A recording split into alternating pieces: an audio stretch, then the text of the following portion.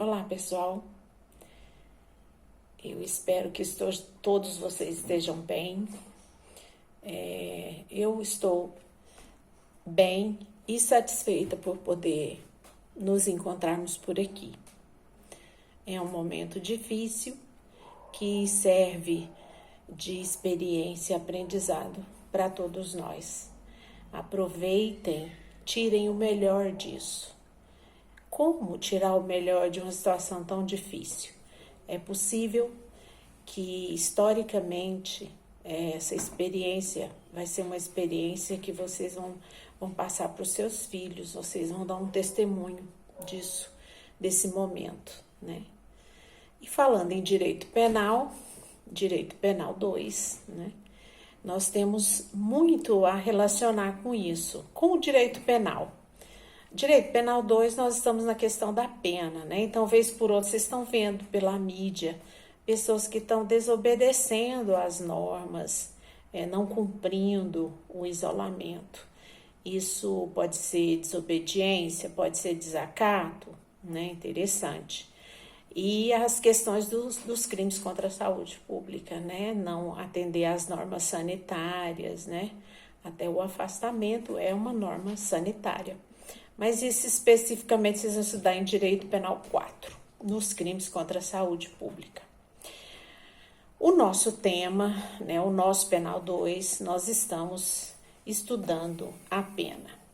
O exercício que nós passamos sobre as teorias para a aplicação da pena, abolicionismo penal, direito penal mínimo, direito penal máximo, é uma questão de política criminal. Qual é aqui o sistema brasileiro adota, né? Então, esse que é a nossa pesquisa. Essa pesquisa, ela vai prevalecer. Só que ela é individual, manuscrita, e você vai fazer, nesse período de suspensão das aulas presenciais, você vai fazer para entregar quando nós retornarmos às aulas. Se nós retornamos no período que ainda é P1, ela vai valer os 3 pontos para P1.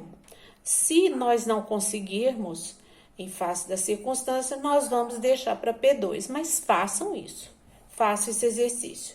Eu vou colocar no portal do aluno, lá na nossa matéria, as perguntas que eu quero relacionadas a isso, porque inicialmente nós combinamos que nós faríamos em sala pesquisa, mas aí o cenário mudou. E a gente tem que sempre adaptar aos novos cenários. E é por isso que a ESUP está disponibilizando toda essa possibilidade dos nossos encontros. O nosso chat é amanhã a partir das 7h30. Depois nós vamos ter um momento ao vivo através do YouTube. Eu estou torcendo para dar certo, né? Eu já coloquei o link lá na plataforma Moodle. E você vai acessar esse link, vai sair no canal e a gente vai se conectar para as perguntas que vocês vão fazer sobre dosimetria da pena. Nós, quando na nossa última aula, nós estávamos vendo regimes de cumprimento da pena, regime aberto, semiaberto, fechado, pena de reclusão, detenção, a gente falou muito sobre isso, a gente comentou, deu muitos exemplos, né? E eu postei também uma tabela que tem uma forma interessante de você estudar, tá lá no portal da ESUP. Quando é reincidente, quando é não reincidente, qual é o regime que vai decorrer disso, o fato de ser reincidente ou não reincidente para a detenção e para a reclusão.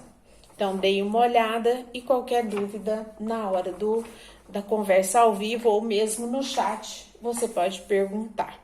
Depois, nós vamos falar sobre a dosimetria, que é um tema a gente mencionou, mas a gente não conversou especificamente sobre ele.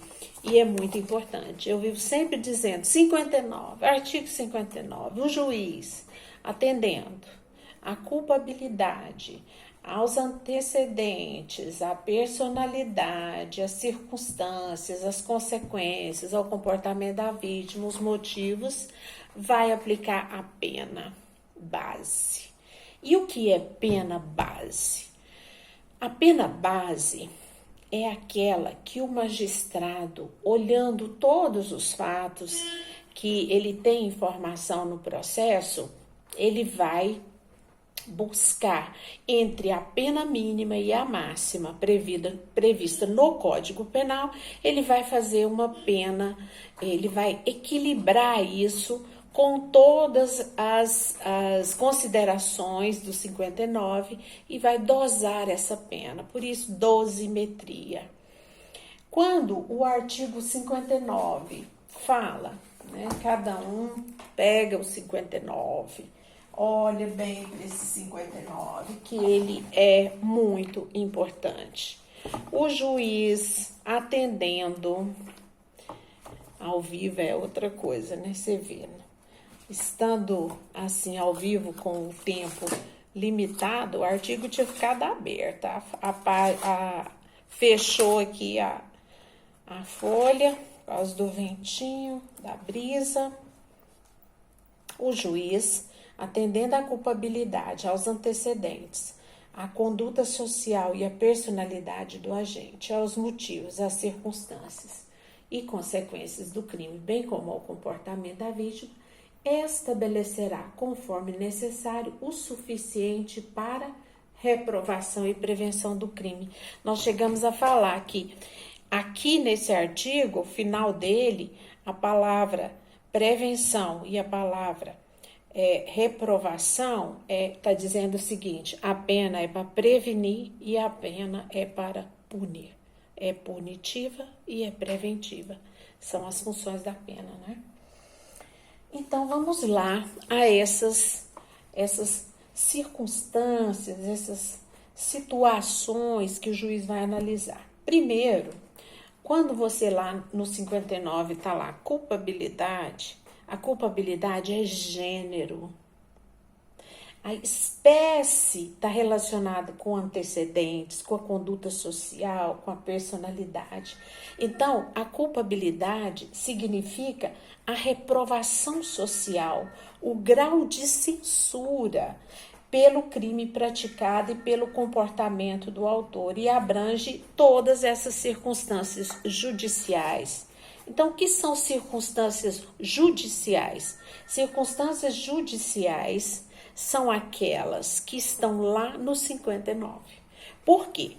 Porque nós vamos ver as circunstâncias atenuantes e as circunstâncias agravantes. Então, veja bem, essas do 59 são as circunstâncias judiciais, também chamadas circunstâncias legais. Então, o juiz vai onde? Ele pega o procedimento, tem lá todas as audiências postas e agora ele vai proferir a sentença. Ele vai lá, qual é o artigo, qual é o dispositivo da lei que o autor está inserido no contexto. Ele praticou um crime de lesão corporal de natureza grave. Ele espancou a vítima, ele não prestou socorro, ele era marido dela, são fatos. E por quais os motivos ele fez isso? Então, se ele for lá no 129, vocês vão lá e vão ver qual é a pena. Tem uma pena mínima e tem uma pena máxima. Então, se não, vejamos. 129, parágrafo 2º, qual é a pena? 129, parágrafo 2º.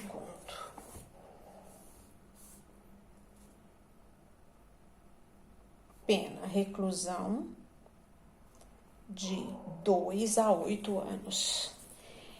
Essa reclusão de 2 a 8 anos é a pena em abstrato. Essa pena em abstrato é a que a lei prevê. Agora o juiz vai proferir a pena em concreto. baseada em todas essas circunstâncias do 59. Então, pena em abstrato, prevista em lei. Pena em concreto, proferida pelo juiz na decisão, na sentença. Então, vamos lá. Culpabilidade engloba antecedentes. Qual é a vida pregressa desse autor? Ele tem passagens ou não tem? Antecedentes não pode ser confundido com reincidência. Reincidência é quando ele já teve uma condenação. Quando ele já foi condenado, ele é reincidente. Antecedentes, ele pode ter tido algum procedimento policial, pode ter sido um inquérito, uma denúncia, mas ele não foi condenado, por exemplo, por falta de provas. Então, ele tem antecedentes, ok? Importante. Conduta social, como é que é esse autor? Como é que é esse réu?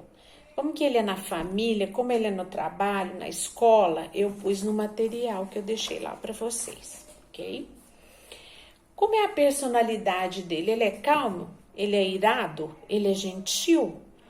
Ele é impaciente? Nervoso? Agitado? Como que ele é? Ele briga quando ele vai, toda vez que vai ao campo de futebol, ou lá no condomínio, quando vão lá para a piscina, ele cria confusão com todo mundo? Ou é uma pessoa solícita? Quais são os motivos? Qual é a motivação? Foi ciúme? Foi inveja?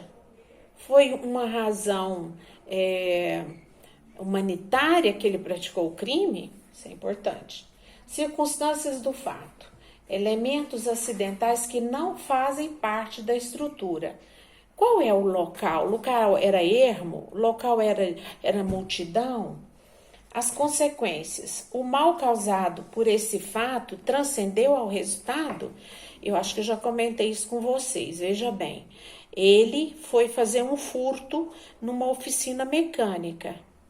Ele queria subtrair valores que tinha lá em dinheiro do mecânico. Quando ele chega lá, o mecânico reage. Ele provoca a morte dele. Isso é roubo seguido de morte, latrocínio. Só que esse mecânico tem 4 filhos, tem um filho deficiente. Como é que faz? As consequências foram além desse resultado. Essa família agora ficou sem esse pai. Ok. O comportamento da vítima. Esse é muitos advogados batem muito nessa tecla durante o processo. Por quê? Qual é o comportamento da vítima? A vítima, ela provocou o autor? Pode acontecer, né? Essa vítima, ela vinha buscando entrar em demanda, em conflito com esse autor. Isso é muito importante. Esse modo de agir da vítima pode levar à conduta criminosa, né? Então, meus queridos, isso aqui é uma introdução para a nossa aula de amanhã. Então, amanhã eu aguardo vocês no chat a partir das 7h30. E anotem todas as dúvidas. Foi muito bom estar com vocês. Desculpa o barulho, a casa movimenta, o telefone toca, chega alguém. Então é isso. Muito obrigada e até amanhã.